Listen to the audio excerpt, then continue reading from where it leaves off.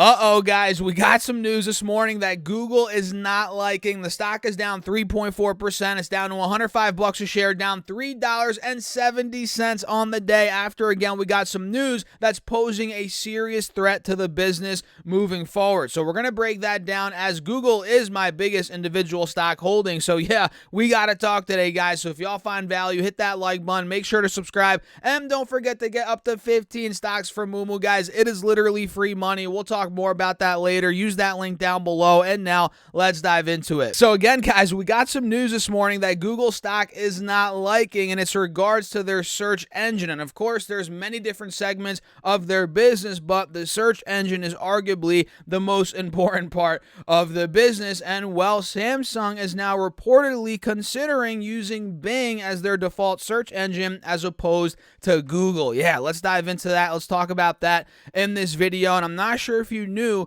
Microsoft actually owns Bing, and Microsoft has a massive position in OpenAI's ChatGPT, which is that new AI, bot software, whatever you want to call it, the chat service that's been blowing up over the internet over the last couple of months. So you guys can see up here, Google went into a panic after Samsung, the world's second largest manufacturer of smartphones, behind, of course, Apple, and a user of the company's Android operating system, said it was considering offering Bing as the default search engine for users, according to a report published by the New York Times on Sunday. So, okay, this news came out yesterday. Either way, it is very fresh news, and again, Google stock is not liking it at all, and the tech giant is scrambling to catch up to rivals Microsoft in the adoption of AI services. The threat to Google's $162 billion business, my goodness, is reportedly pushing the company to revamp its search products, including creating an entirely new AI-powered search engine, which we'll talk about here in a minute. And Google's drive to compete contrasts with comments from Alphabet CEO Sundar Pichai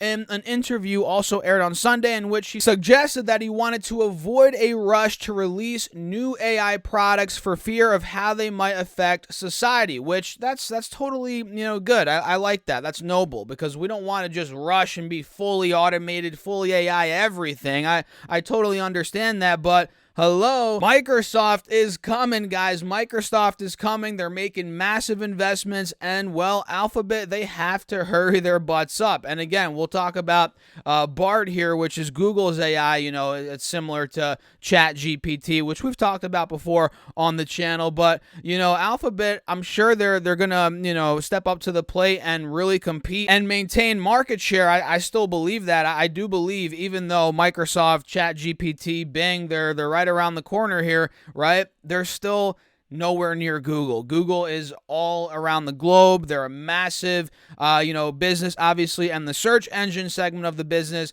is massive, and it's going to take a long time and a lot to overthrow that. But again, competition is on its way, which is good, because what does competition do, guys?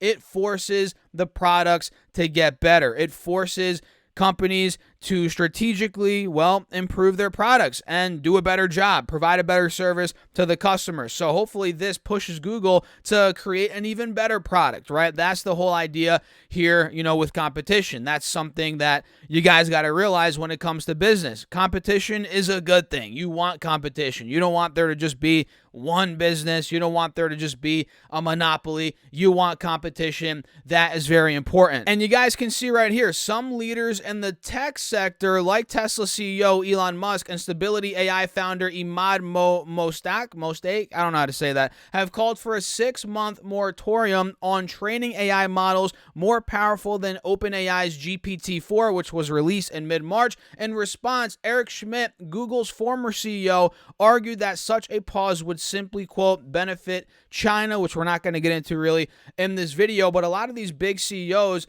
want to see, a bit of a pause. Pichai told CBS, you guys can see that society needs, quote, regulations to think about how to adapt to AI. And he also suggested that he wanted to avoid a race, like I said, where people working on AI across companies get caught up in who's first, that we lose the potential pitfalls and downsides to it. And that makes complete sense. That's noble. I really appreciate that, because, these big CEOs, and again, there is competition. They need to race to, who comes out with the the better chat GPT or the better AI product. I get that, but taking it slow, doing it in a more ethical or a moral, I don't even know if that's really the right word, but doing it in a more slow manner here so people actually get used to it and slowly adapt to it instead of just dumping all the money and rushing into it, kind of like what Zuckerberg did with the metaverse. That's a whole different topic for a whole different video, but taking it easy, taking it slow, might be the best way to do it. I don't know. I'm not Google CEO. I'm not a tech CEO, so who the heck am I to judge?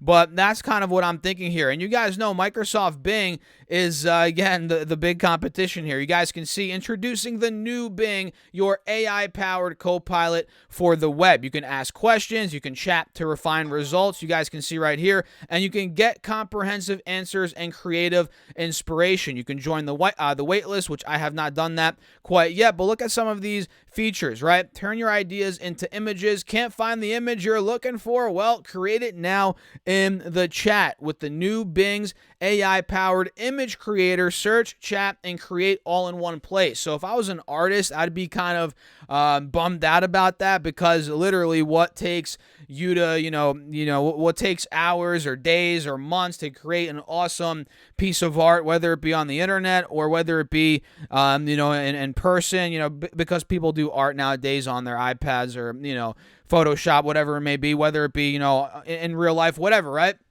What takes you a long time to create an awesome piece of art, now you can just do it in seconds here on Bing, which I'm not the biggest fan of, but it's also on the flip side pretty cool that you can do that. I mean, look at these awesome photos of an astronaut. He's walking through a field of sunflowers on the moon or wherever the heck that is, right? Pretty cool stuff. So you can do that. You can refine your search. You guys can see search for anything, ask follow-up questions, refinements in chat, yada, yada, yada, and get summarized answers and a bunch of, you can do a bunch of different things. Create and compose, yada, yada, yada. We're not going to get too deep into this, but this is what Bing offers. And again, Google is doing something similar here with Bard. You guys can see Bard is your creative and helpful collaborator here to supercharge your imagination, boost your productivity, and bring your ideas to life. Bard is an experiment and may be inaccurate or may give inaccurate or inappropriate responses,